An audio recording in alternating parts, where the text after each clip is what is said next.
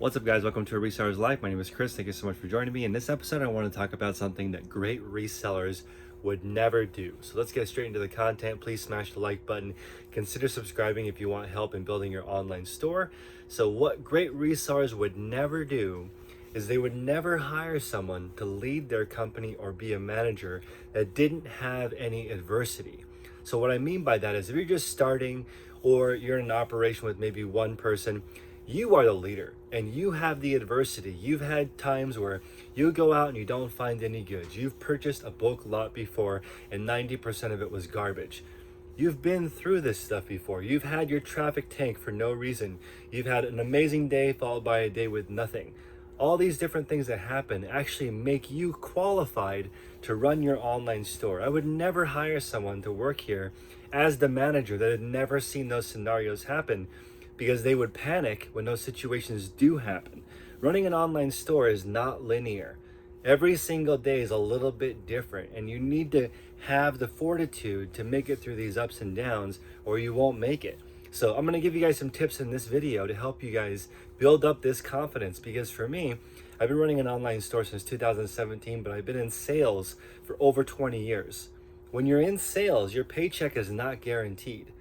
I feel like everyone should be on a commission basis for every single thing they do, because it really gives you the confidence to do anything. If I was a janitor and they told me that I could mop the floor in half the time and still get paid the same, I think that's fair.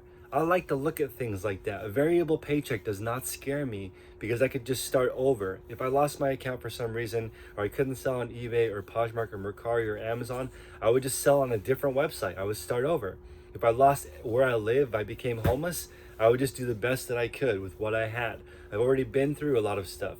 You don't have to have it happen to you personally to learn lessons from it. So some people say if you don't have horrible things happen in your life, you'll never be great. I don't agree with that, because you can learn from other people's experiences. Just because you can't relate to someone who had a family death or who had a terrible disease or lost a family member or something, you don't need that to actually happen to you. You can learn about it from other people and just familiarize yourself with what can happen in a resale business. There's gonna be days where you have no sales and it's not your fault, but there's still hundreds of things you can do to improve the sell-through rate of your store. You can always add better options. Reselling has a lot to it. There's a lot of ways to get inventory. You can do retail arbitrage, which is going around to different stores, finding the best deals. It might not be clearance. It might be something that's really hot, that's hard to find. An example would be like a GoPro 9. Those just came out. They're gonna be hard to find. If you're selling the hottest thing right when it comes out, you're not gonna have any problems finding people to buy it. You're gonna have a supply problem. You can do online arbitrage, where you're on there looking for deals. I just posted a link on my Instagram account asking people, what do you guys think? How many people can be in a group where they talk about deals where before it gets too flooded? Meaning if I say, go out and buy this PlayStation 5 that's about to come out, is that gonna get saturated? No. Everyone in America is gonna be trying to get it and there's not gonna be enough supply. That will not get saturated. Me sharing that on YouTube right now doesn't ruin it for everybody. In fact, groups that help you post, they're called monitors. They let you know when the item has come back in stock. When it pops on the website and you go on there and buy, I feel like it's equal opportunity for everyone. But you purchased your way into a group that gives you like a few minutes or an hour before other people. That to me makes sense. Online arbitrage though is a little scary. If everyone buys the exact same item and it's not necessarily rare, it can be a race to the bottom. Okay, so something that was available everywhere, but no one just noticed that it was selling for $20 more on eBay or Amazon. If everybody gets it, eventually it's just gonna sell for what it sells in the store, plus shipping, and there won't be any margin left. Whether it's retail arbitrage or online arbitrage, I've tried all these different methods. Okay, so when you're out there looking for different supply, for me, I don't panic, I don't freak out when somebody says, oh, I found this amazing thing. Because I know it's just a numbers game with any type of these systems, whether you're doing retail arbitrage or online arbitrage, or you're buying pallets, and someone says, I bought a pallet and every single item in it, I quadrupled my money. I turned $100 into $10,000. I know that same person over time will buy a $100 pallet that 0 of the items were worth selling, and it cost them $140 to have that pallet removed, and it wasted an entire day for them, right? So it's just about numbers. It's just about learning adversity. Let's get into the video. Tip number 1 is the store must go on. As my friend Jack Weaver, Video Game Source, would say, if you want to sell 100 items a day, you have to list 100 items a day. That makes total sense. Just because you're having a bad day doesn't mean that eBay cares. You got to put new stuff into your store every single day and adjust. If you're a replenishable seller, it's not guaranteed that the shampoo that you put up right now will continue to sell forever. In fact, I can guarantee you that that shampoo will not sell forever. You've got to continuously research new ideas and put new things into your store. The more times that you actually do this, you add a new product into your store, the more confidence you will have, because your ability to add new stuff to your store will go up. This is really important. Your ability to put new stuff into your store gives you the freedom to never have to work with somebody again, because you can just go make your own opportunities. Tip number 2 is recognize that this is building your character. Character is super important, because when you realize that you've been through these challenges, you know you can go to any height. The only place in life where it's actually pretty challenging is when you've reached the very, very top of something, the very, very top of a field, the very, very top of your capacity. At that point, the only thing that can happen is you can go down. So believe me, adversity is a good thing. You want to overcome this and develop that character, because in the end, that's the part that you get to brag about at a party. It's not that interesting to say, you know what, I had everything given to me on a silver platter. Everyone told me exactly what to do and I did it, and now I have success. That's not very exciting. You're not going to get any Instagram likes. It's more exciting to see where you are going and your plan to get there. Resilience is huge, and it's tip number 3. Resilience is what makes you able to bounce back from any kind of situation that's negative. And trust me, as a reseller, as a business owner, it's going to happen all the time. You're going to hire someone, it doesn't end up working out. You're going to list something and the person's going to claim that it's not as described. Someone's going to ask you a million questions about something and then not buy it. People are going to lowball you. People are going to offer you, you'll accept it, and then they won't pay. There's a million different things that are going to happen, but the resiliency allows you to bounce back. The longer you do this, the less time it takes you to bounce back.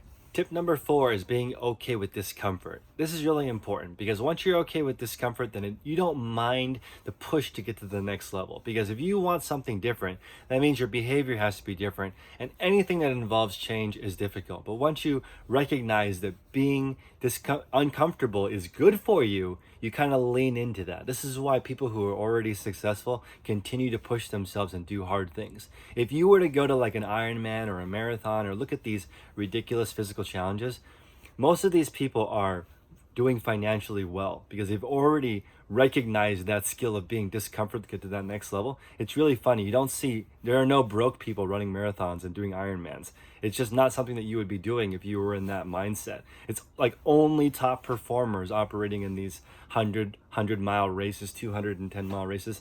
It's people who've already made it, and now they're looking for the next challenge and pushing their body and their mental ability to something new. When you get used to that, there's really nothing that can stop you. All right, tip number 6 is recognizing your true strengths. Once you start pushing yourself really hard, you start understanding what you're good at and what you're terrible at. And then once you know what you're terrible at, you can have somebody else do that, or just understand you may need to take a little bit longer to do that. There are certain things that I am great at, and there are certain things that I should never even go near because I'm terrible at them. So once you start making a list, okay, I'm really good at sourcing. I'm really good at sorting. I'm really good at grading. I'm great at photography. Then you can start recognizing how to push your business to the next limit. Some people would say double down on your strengths. Some people would say work on your weaknesses. I think it's a little bit of both of those. There is no one way to do this, and this is why you need to build up that mental fortitude so that you can crush this. Once you've been doing this for a while, you recognize that there's no point in doing it alone. Finding a reseller friend or a reseller group is a really powerful way to get to the next level, just because it's a lot more interesting to share your ideas with other people, especially people who are doing the same thing as you. So what I recommend is you use all the energy you have to actually improve your store. So let's say somebody sends you a lowball offer, or somebody does something to you that might screw up your day. For me, the response is better used on improvement. So I like to use all these little things as fuel to get what I need to get done, instead of moving that energy to that whatever it is that distracted you in the first place. That's just like a double waste of your time. So make sure You build a group of friends around you that have similar goals. Use all the energy and negativity towards moving forward. Okay, now that you realize that all these challenges and difficulties that are happening to you are actually making you into the person that can actually run your store, doesn't it feel a lot better? Because all these things that happen to you, you just realize, wow, that's another piece of armor that you just put on me. Thank you very much for the adversity. Let's move on to the next point. When that happens again to me, it's just going to bounce right off. So everyone, thank you so much for stopping by my video today. My video is sponsored by my reseller field guide, which is $35 with code YouTube in the description below. I'm actually going to update it heavily in the month of October 2020 to include as much sourcing information as I can. People are saying they want more information on online arbitrage, retail arbitrage, buying pallets, developing relationships. You got it. I'll add all that stuff to the digital guide. It's $35 with code YouTube in the description below. Always feel free to email me at chris@dailyrefinement.com with a specific question or something that you'd like help with, and I'll try to make a video on that. So appreciate you guys. Until next time, make progress daily.